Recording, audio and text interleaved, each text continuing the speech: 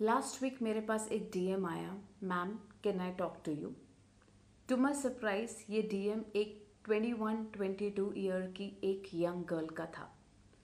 Usually मेरे पास जो DM आते हैं वो पेरेंट्स के आते हैं, तो this was bit surprising but still yes, as I was available मैंने कहा ऑफ कोर्स। हमने एक टाइम फिक्स किया। I asked if she is comfortable talking on Zoom call, तो उसने कहा नहीं ma'am, I would prefer audio call.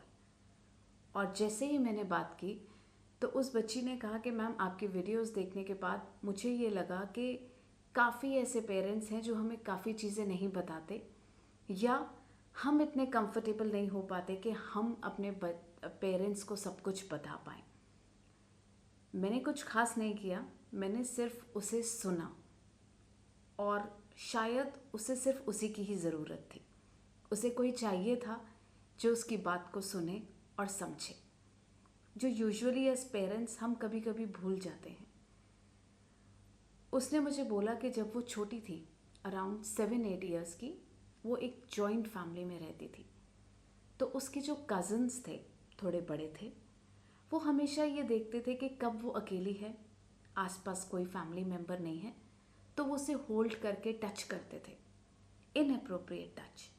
Back से कभी पकड़ लिया, टिकल कर दिया, इधर उधर टच कर दिया, जो उसे अच्छा नहीं लगता था।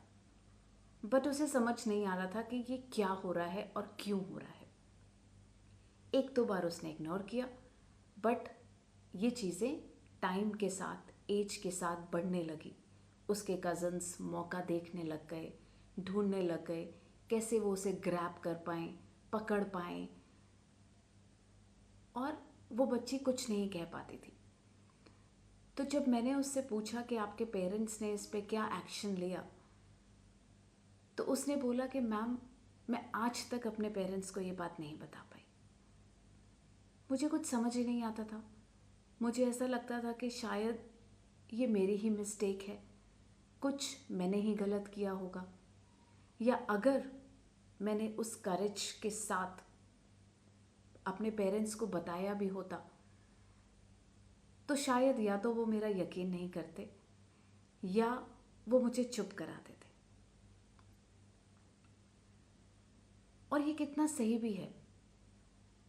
अगर डीपली हम इस बात को सोचें कि हम एज पेरेंट्स एक पॉइंट पे आके अपने बच्चों का ही विश्वास नहीं करते, या अपनी ही बच्चियों को चुप करा देते हैं जबकि गलत कोई और कर रहा होता है।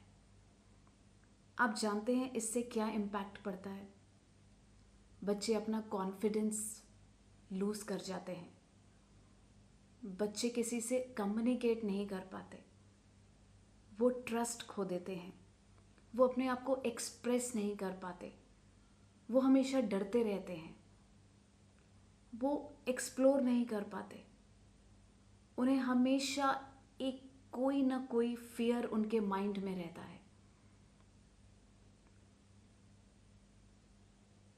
मैं आप लोगों से ये रिक्वेस्ट करूँगी, कोई भी सिचुएशन हो, कुछ भी हो, अपने बच्चों को सबसे पहले ट्रस्ट कीजिए।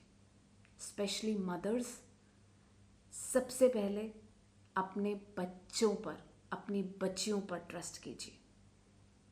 बाकी कोई नहीं, कोई भी नहीं।